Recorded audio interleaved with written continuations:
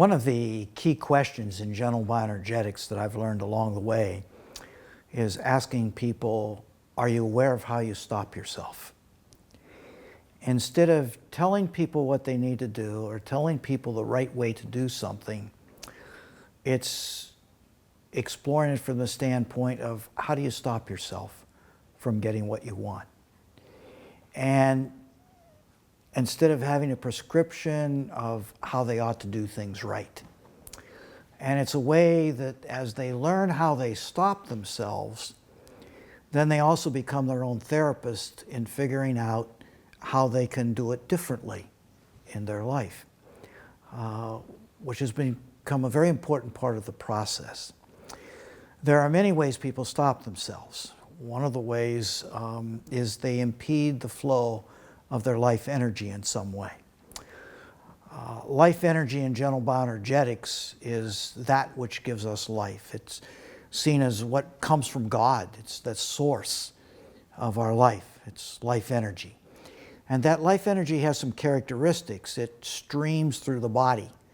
And we can experience that streaming through our body through tingling or the flow of heat or pulsation that runs through. One little girl described it as like trucks driving up and down our body, cars.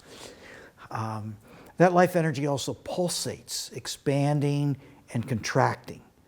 And the way we experience that is through the flow of emotion.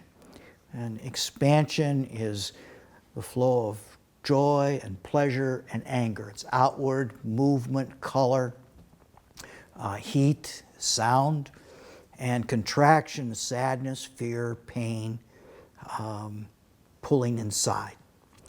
And none of those are good or bad. We don't talk about good and bad feelings or positive, negative feelings in gentle bioenergetics. They're all important to experience in life. In fact, health may be the capacity to experience everything and to stand it.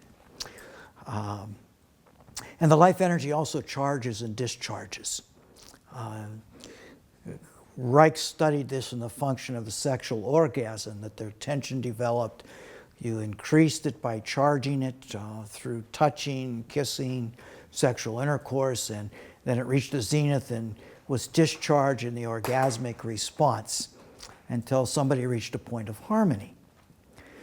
Now, what happens in life is people experience trauma and they develop protective systems that impede this flow of life energy. The pulsation stops. The charge-discharge is impeded. And the streaming is blocked in some way. And Eva talked about observing very clearly by watching closely how the person does this. And if one can help them to identify how they're stopping the flow of life energy, one can help them to restore health. And they may do it by muscle tightness, by splitting off from their eyes so they don't show their emotions in their eyes. Or they can do it by controlling their breathing.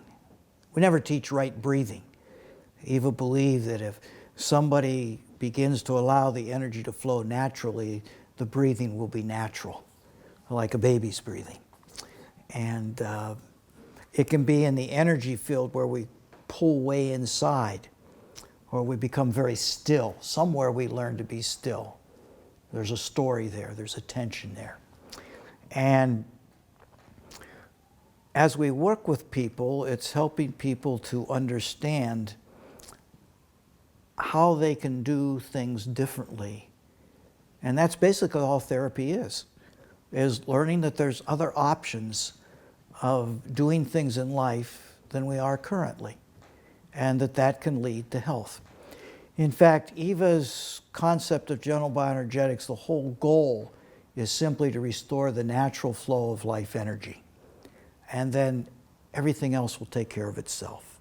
It's like getting a little hole in the dam, and the water flows out, the energy flows out, and our life changes. And it's always amazing to me when I work with people And I go away, and I may not see them for 3 months, 6 months, and I come back, and the amazing changes that have happened in their lives simply because somewhere we got one little hole in that dam that had blocked the energetic flow.